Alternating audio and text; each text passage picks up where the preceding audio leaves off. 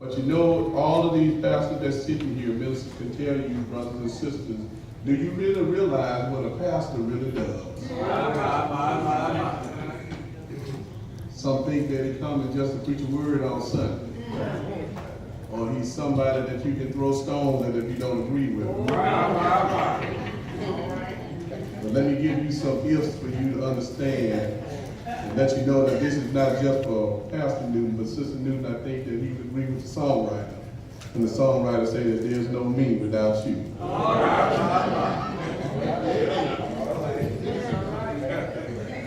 Let me give you some ifs to consider. The pastor of the church is in a precarious position because one thing you learn from being in this position is that you can't please everybody.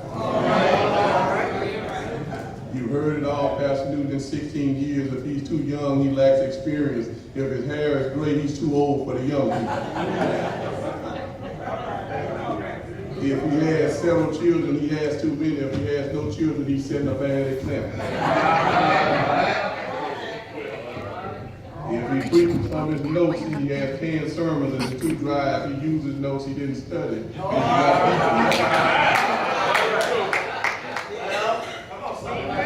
No, you're good. Poor people in the church, they claim he's trying to make a grandstand. If he pays attention to the wealthy, he's trying to be an aristocrat. If he suggests changes for improvement of the church, Pastor, and you've heard that, he's a dictator. If he makes no suggestions, he's a figurehead. If he uses too many illustrations, he neglects the Bible. If he doesn't use illustrations, he isn't being clear enough. If he condemns wrong, he's just being cranky. If he doesn't preach against sin, he's a compromise. If he fails to please somebody, he's hurt the church and ought to leave. If he tries to please everyone, he's a fool. You see all these things, you don't understand what a preacher really does, what a pastor really does. If he preaches about money, he's a money grabber. If he doesn't preach about giving, he fails to develop his own people. You know, the pastor's life comes like that. If he drives an old car, he's ashamed to his congregation. If he drives a new car, he likes earthly things. You see, if he preach all the time, the people get tired of hearing him over 16 years. He's heard that invite guest preachers, then you're not doing your responsibility. And if he receives a large enough salary, he's a mercenary. If he receives on a small salary, well, that proves he wasn't worth nothing anyway. Fast over your time. But you see, on the serious side of things, there's been time when you, the man of God, has been crying in the wee hours of the night for the church and for the people of the church. How many people of the church really understand? The question is, where does the pastor go when he has to cry? He goes back to his God that said, that call I have on your life is one that you will serve for years, and you'll do it for my glory. Despite your hurt and pain, you will still serve. Yes, sir.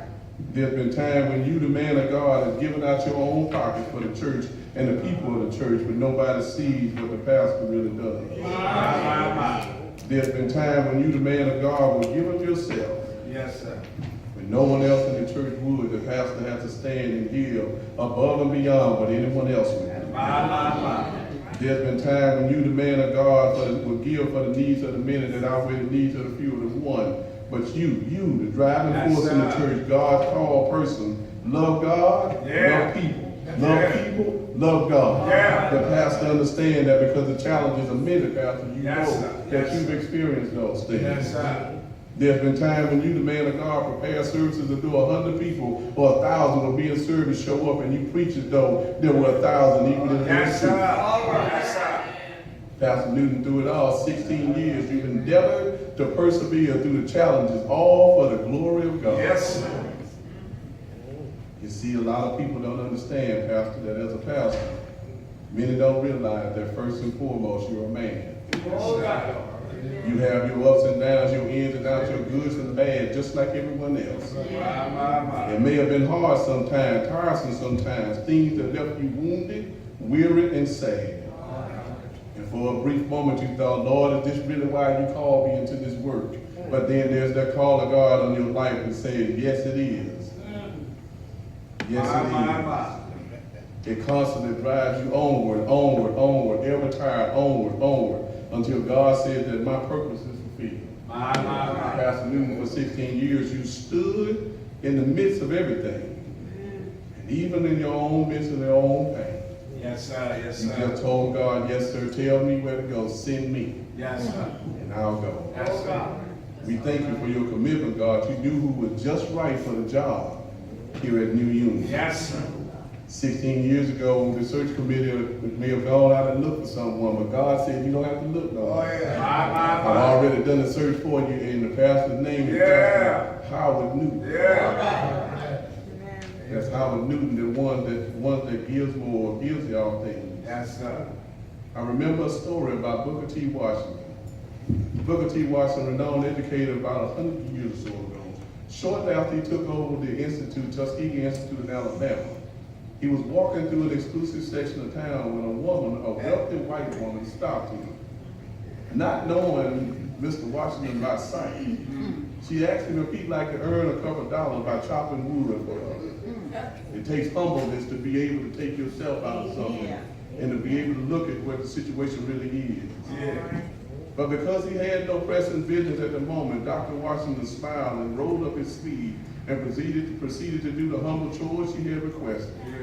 When he was finished, he carried logs to her house and stacked them by the fireplace. A little girl later realized who Dr. Washington was and told the woman. The next woman, she comes to his office and says, I apologize for asking you to do that. And the humbleness that Pastor Newton showed. Yes, sir. He said, it's perfectly all right. Yes, sir. Occasionally, I enjoy a little manual labor. Yes, sir. Besides, it's just a delight to do something for a friend. That's right. And as she shook his hand and told him that his meek and gracious attitude had endeared him to the work of her heart, not long afterwards, she showed up and persuaded her wealthy acquaintances to come and donate thousands of dollars to Tuskegee Institute. I say that in that story. Humble, servant, caring, concerned, spiritual, gracious, God-fearing, my brothers and sisters. That's Pastor Howard. New Union, today we come to pay appreciation and respect to your pastor today. If anything I leave you with, pray for and support your pastor. You'll be blessed for it. Your church will be blessed for it. And your pastor will be blessed for it. Pastor Newton, God bless you for answering the call, for running the race, and keeping on through it all. You've been a blessing to so many that you may never hear thank you from. And I'm proud to be able to call you my brother, my mentor, and my friend. To God be the glory. Amen.